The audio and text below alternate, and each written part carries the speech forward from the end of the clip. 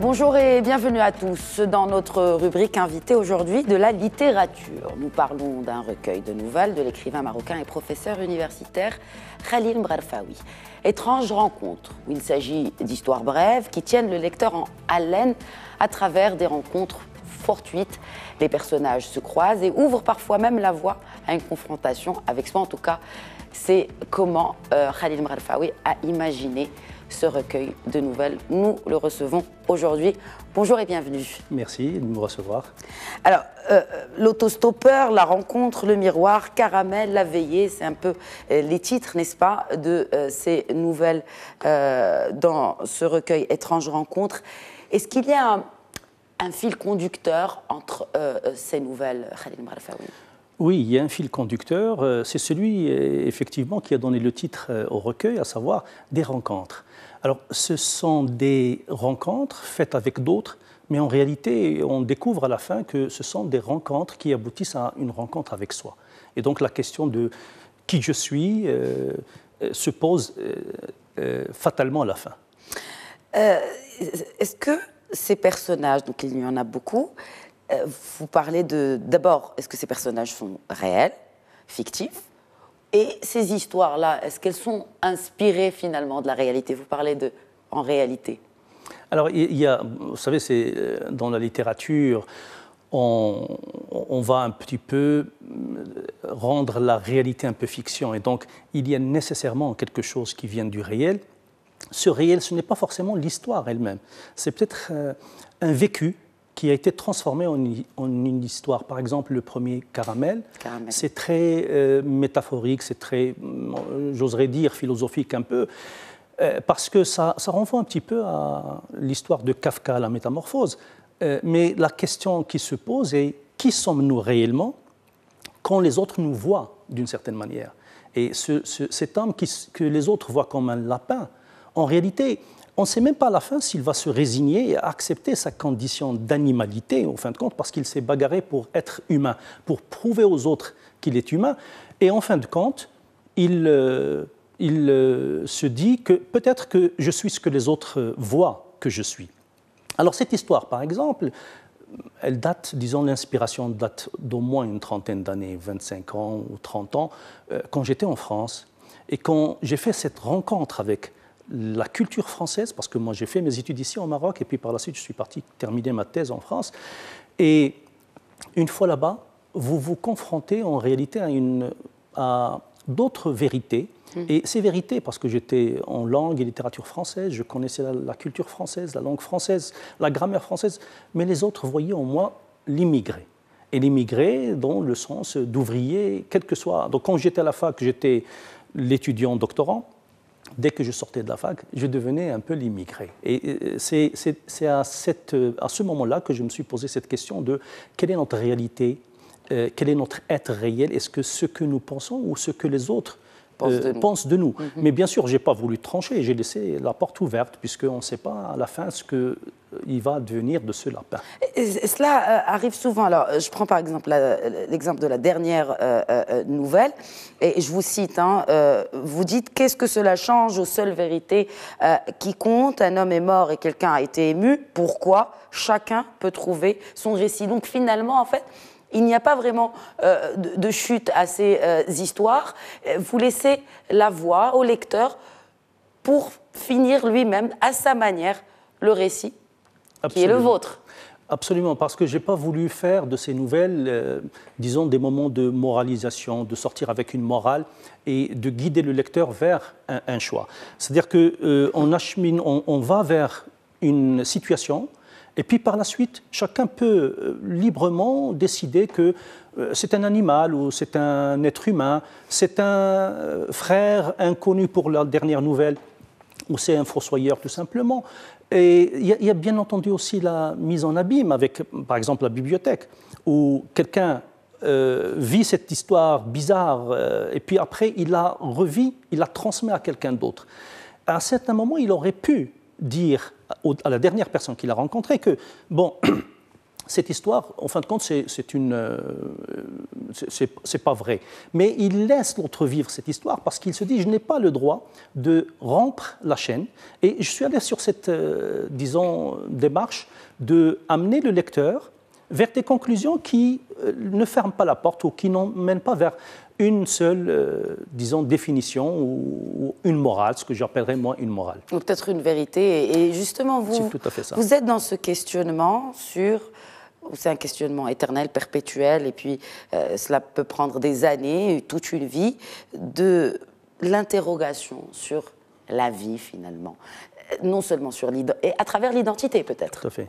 Donc, qu'est-ce que cela est pour vous, en sachant que donc, vous êtes professeur universitaire, je fais bien sûr le lien entre l'écrivain et le professeur universitaire.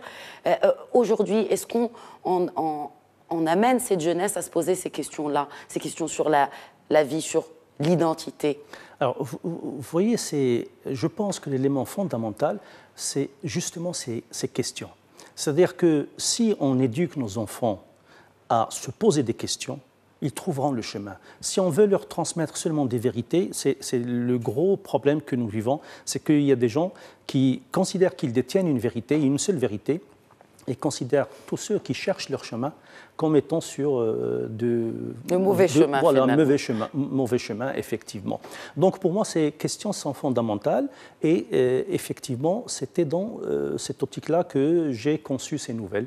Se poser des questions sur qui sommes-nous, sur l'identité, sur les choix qu'on fait dans la vie, par exemple sur l'autostoppeur, où il y a un Marocain qui rencontre deux racistes. Alors, ce sont deux racistes, mais à la fin, il se rencontre qu'il y a quelqu'un qui est à moitié arabe. Et il se rendra compte, alors ça, je ne l'avais même pas pensé, mais c'est par la suite que je me suis rendu compte qu'il y avait ça. Il se rend compte que peut-être le plus raciste, c'est celui qui est à moitié arabe.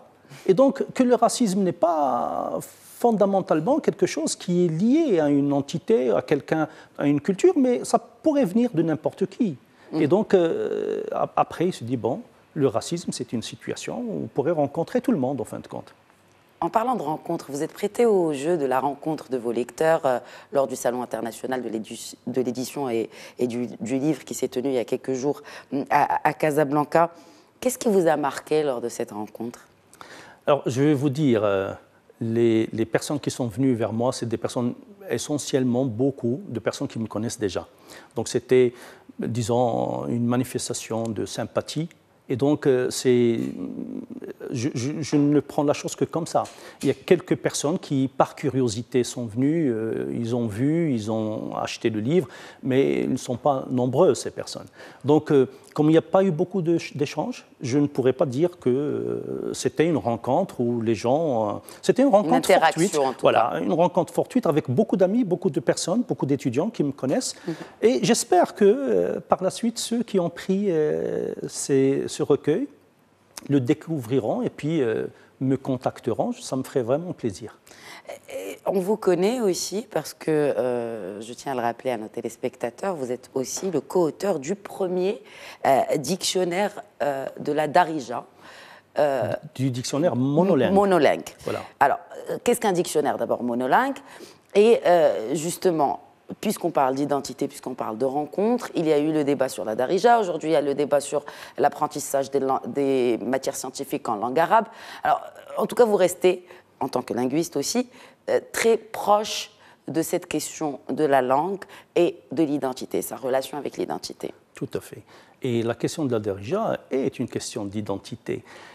Concernant le dictionnaire, d'abord, sur la question ce que c'est qu'un dictionnaire monolingue, la Darija a plusieurs dictionnaires, mais c'est généralement des dictionnaires passant d'une langue à une autre. C'est-à-dire que la Darija est expliquée aux Espagnols, aux Français, aux Américains.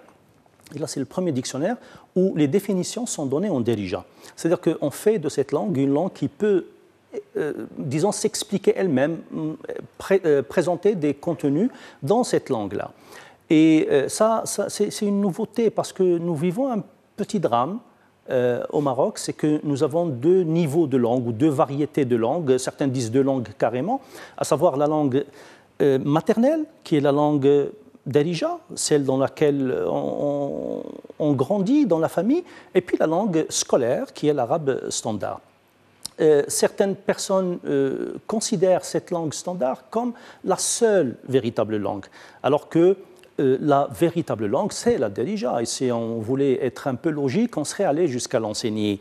Mais en tout cas, il est recommandé par tous les spécialistes de commencer toujours l'enseignement par la langue maternelle, qui est Darija ou Amazigh au Maroc, parce qu'il y a aussi l'Amazigh, et puis par la suite aller vers une langue qui serait une langue transnationale, c'est-à-dire entre plusieurs pays arabes, et il n'y a pas de contradiction à ce niveau-là. Mais c'est vrai, là aussi, les nouvelles, c'est aussi une langue, qui est la langue française. Et je tiens à dire que j'aurais pu l'écrire aussi en Darija ou en arabe même, mais on ne questionne pas cette... En fin de compte, la question de la langue, c'est l'outil dont on dispose. Moi, j'ai fait mes études en français, donc je me trouve à l'aise pour écrire en français, mais je ne m'interdis pas d'écrire en arabe et je le ferai, Inch'Allah, je le ferai. Ce qui est important, en fin de compte, c'est ce qu'on dit et ce qu'on veut transmettre comme message. Et la langue, ce n'est qu'un outil pour une langue qui est une langue étrangère, et c'est plus qu'un outil quand c'est une langue maternelle. Quand c'est une langue maternelle. Et je rappelle donc ce recueil de nouvelles de notre invité aujourd'hui, Khalil Mralfaoui, Étrange rencontre aux éditions Virgule. Merci beaucoup Khalil Mralfaoui d'avoir répondu aux questions de Médien TV. Merci à tous de nous avoir suivis. Très bonne suite des programmes sur notre antenne.